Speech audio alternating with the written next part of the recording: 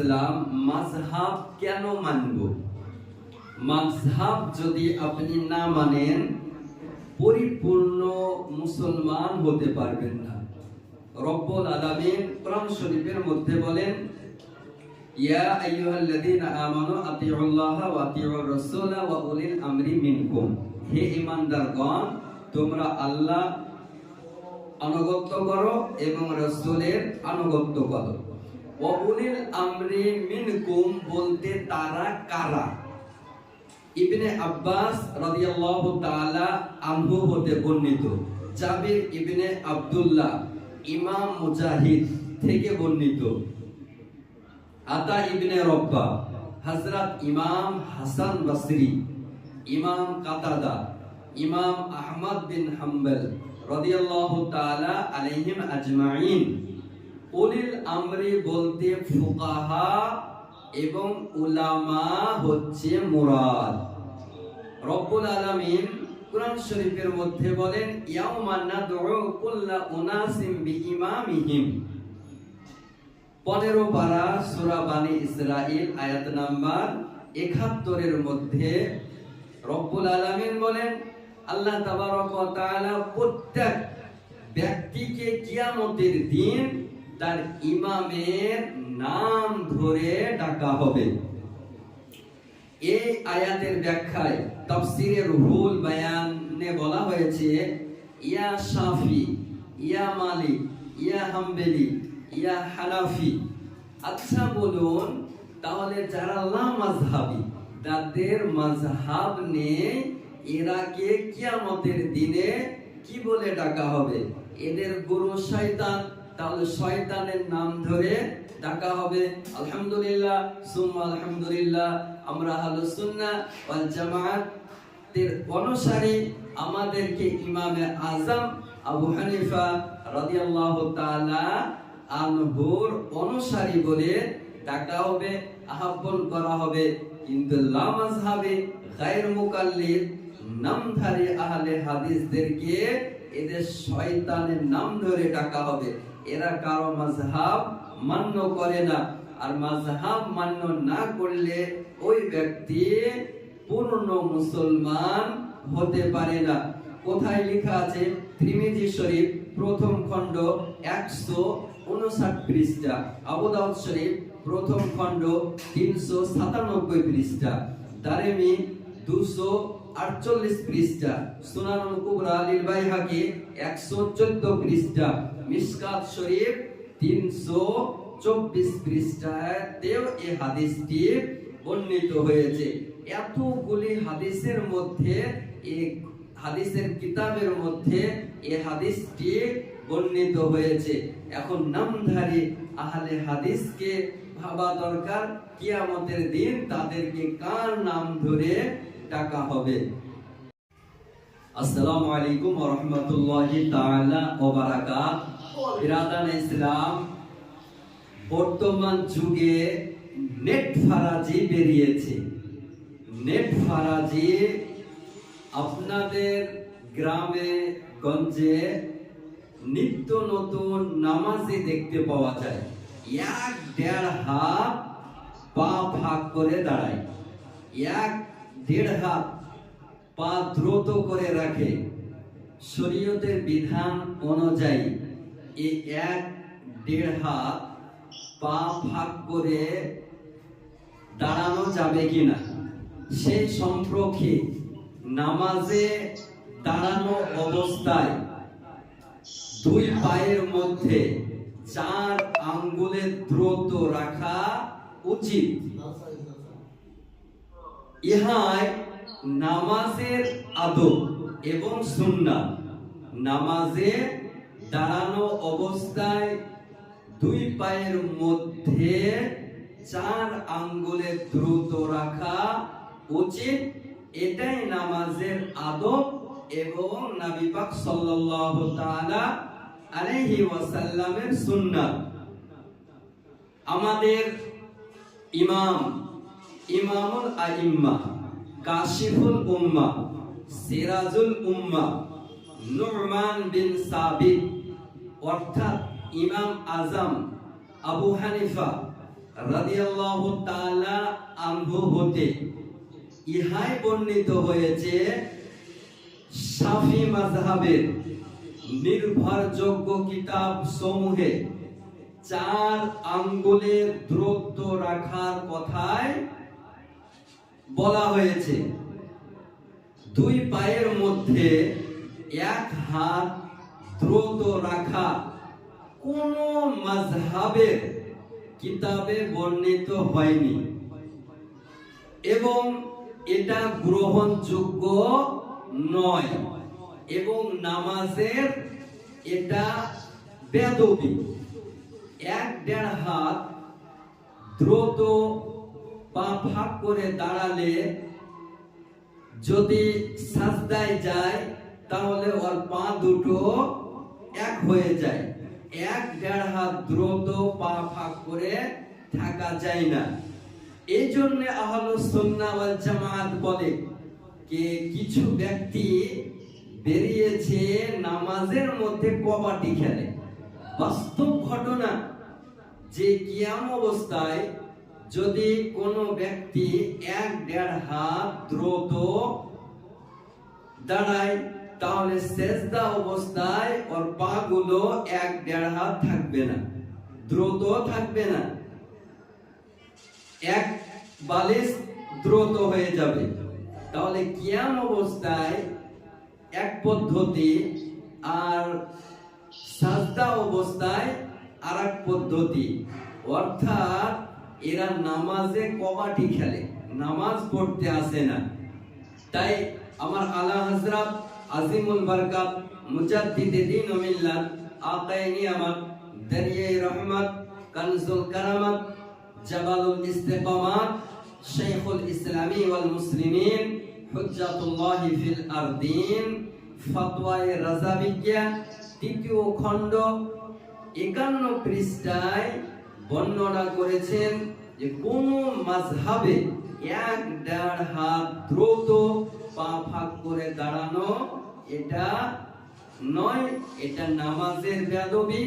আর নামাজের মধ্যে আদব হলো এটাই যে 2 পায়ের মধ্যে 4 আঙ্গুল দ্রুত রাখা উচিত, এটাই নামাজের আদব এবং সুন্নাত। এইরকম কবাডি খেলোয়াড়দের কাছ থেকে দূরে থাকেন এবং এদের নিকট থেকে আপনার ঈমানকে সুরক্ষিত নেট ঘাটোয়া এদেরকে তো নেটে ফারাজি করেছে, তার জন্য এদেরকে নেট ফারাজি বলা হয়। নাভির নিচে নামাজে হাত বাঁধা আমার মহানবী সাল্লাল্লাহু তাআলা আলাইহি ওয়াসাল্লামের সুন্নাত।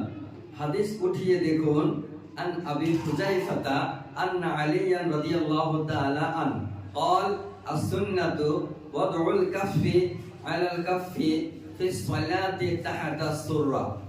অর্থাৎ আবু হুযায়ফা রাদিয়াল্লাহু তাআলা আনহু হতে বর্ণিত, আলী রাদিয়াল্লাহু তাআলা আনহু বলেন নামাজ আদায়কালে বাম হাতের উপর, বাম হাতের তালুর উপর ডান হাতের তালু নাভির নিচে রাখা আমার মহানবী সাল্লাল্লাহু তাআলা আলাইহি ওয়াসাল্লামের সুন্নাত।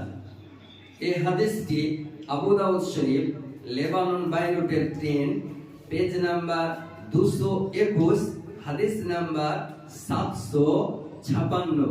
আবু দাউদ শরীফ ভারতীয় প্রিন্ট প্রথম খণ্ড 110 পৃষ্ঠা। এবং এই হাদিসটিকে একাধিক মুহাদ্দিসগণ নিজ নিজ গ্রন্থে আনয়ন করেছেন।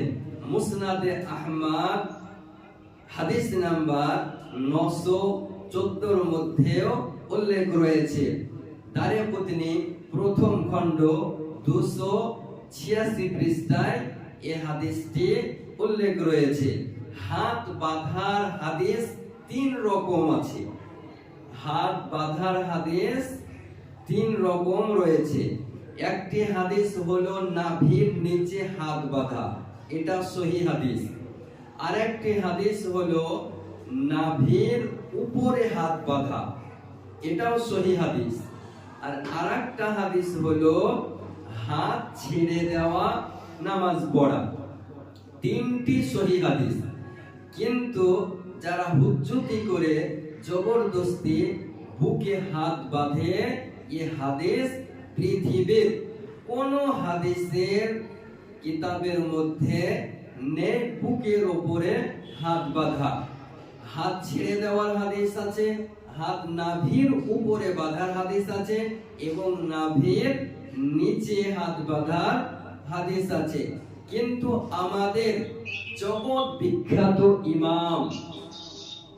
ইমামুল আইম্মা, কাশিফুল উম্মাহ, সিরাজুল উম্মাহ হযরত নুমান বিন সাবিত অর্থাৎ আবু হানিফা রাদিয়াল্লাহু তাআলা আনহু, এই তিনটি হাদিসকে পরীক্ষা নিরীক্ষা করার পর, তিনটি হাদিসকে একত্রিত করে পরীক্ষা নিরীক্ষা করার পর আহলুস সুন্নাহ ওয়াল জামাত মান্যকারীদেরকে, জগৎবাসীকে উপহার দিয়ে গিয়েছেন যে নাভির নিচে হাত বাঁধা হলো আমার মহানবী সাল্লাল্লাহু তাআলা আলাইহি ওয়াসাল্লামের সুন্নাহ। আমরা আহলুস সুন্নাহ ওয়াল জামাতের ব্যক্তি, আমরা ইমাম আজম আবু হানিফা রাদিয়াল্লাহু তাআলা আনহুর অনুসারী, অনুগামী। তিনি জগৎ বিখ্যাত ইমাম। তিনি পরীক্ষা নিরীক্ষা করে যে জগৎবাসীকে উপহার দিয়ে গিয়েছেন যে নাভির নিচে হাত বাঁধাই হলো সুন্নাত তরিকা। এখন যারা বুকের উপর হাত বাঁধছে, তাদের এই তিনটি হাদিসের মধ্যে একটি হাদিসের উপরও আমল হয় না। এরা কোনো মাযহাব তো মান্য করেই না, এরা তার জন্য এদেরকে লা মাযহাবী বলা হয়, যার কোনো মাযহাব নেই। রাত দিন 24 ঘন্টা লেগে আছে কিভাবে মানুষের ঈমানকে নষ্ট করা যায়। কখনো দোয়া করতে হয় না এই রকম ফতোয়া প্রদান করে, কখনো নামাজে হুজ্জতি করে আপনার বুকের ওপরে হাত বাঁধে। বিভিন্ন রকমের কোয়ালিটি এই নেট ফারাজিদের মধ্যে আপনি দেখতে পাবেন। তারা এখন নিত্য নতুন নামে আত্মপ্রকাশ করেছে, নামধারী আহলে হাদিস।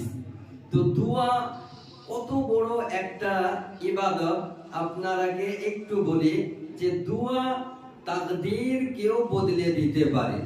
আমার মহানবী সাল্লাল্লাহু তাআলা আলাইহি ওয়াসাল্লাম বলেন, লা ইয়ারুদ্দুল কদারা ইল্লা দুআ ওয়া লা ইয়াজিদু ফিল উমরি ইল্লাল বিরর।